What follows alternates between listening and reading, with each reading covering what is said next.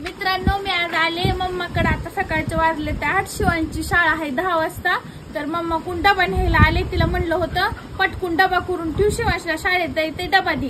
आणि अंड्यासाठी भरणी बी आणली. आता बरेच दिवस झाला अंडे नाही नेले, 4-5 दिवस झालं नाही नेले, म्हणून अंड्यासाठी भरणी आणि डबा हिथच आहे त्याला कालचा.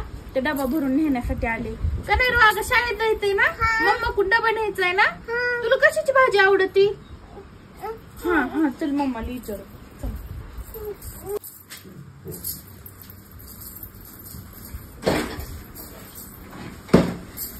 झाला का स्वयंपाक? चालू आहे. आली होई. हो, म्हणलं आता शिवांशला डबा आणि अंड्याला भरणे आणलं. काल तर त्याचा डबा इकडच आहे ना.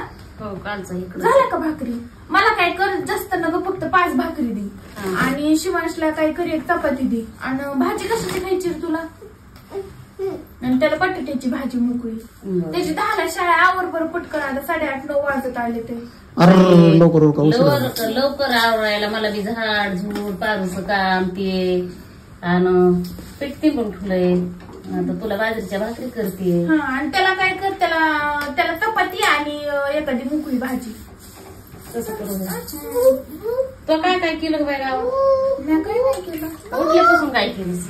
मी उठले, हा, आंघोळ केली, हा, आले इकडं. तुझ्या नाही का लक्षात राहत आपलं लिकरू शाळेत चाललंय, पटकीने उठावा. हो हो, हे शाळेत चाललंय ना. मम्माच्या हातातच खायचंय, कुणाच्या हाताचं खायचं? त्याला बोला येतंय का? तू बी माईवरच गेलास रे. आणि तुझ्या माईच्या हाताला काय? द्यायची नाही. तुला कुणाच्या हाताची भाजी भाकर आवडती? आणि तुझ्या घरची साडी ती म्हणलंस तर दिलीस का? मम्मीच्या साड्या कसल्या येतात? छान नाहीत का? मग माझ्या भाकरी बी छी येतात. हो हो, लवकर उठायचं, लेकराला डबा करायचा, तिकडं जायचं. परवडतंय का तेवढा डबा न्यायला इथं यायला? परवडते, गाडीवर बसून यायचं. गाडीला तेल लागत नाही का इथं बसून यायला? हो, अंडे बघ लिकरू म्हणते अंडे घ्यायचे ते बघ. त्याला लिकरू बी तुझ्यावरच गेलंय गे. काय घ्यायचं शिवांश? तपलं काय द्यायचं म्हणलं, बाईच्याला हात लावून दिला ना. गावात राहिली 2-3 दिवस. अंडे कपाटाला असं आडवं जाऊन उभा राहत. काय न्यायचंय? आमचे छीछे अंडे इथं छान आहेत. होय, कुठं येतं? नाहीत आमची इथं अंडी. नाही कुठं येतं? तर मला पटकन जायचंय शाळेला, उशीर व्हायला लागलाय.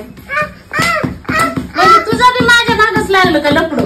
काय चाललं मग डोक्याला इथं यायला लागला, पुन्हा भांडायला लागला. असं कसं आहे भांड कुदाळा? मारू नको देते. यालाच म्हणते जावयाचं पोरण हरामखोर. मग तिला पटकीने आवर ना. असं तरी कसं पटकीने आवरायचं? त्याला अंगणवाडी ना. माझ्यासारखं कोंबड्या शेळ्या जनावर ढोरं बारस का बसू आपण. तुमचा गहना मांडा येतात माझ्या पुढे. अंडे भरते, तिकडे अंडे बराबरीच काम करीत जातो. अंडे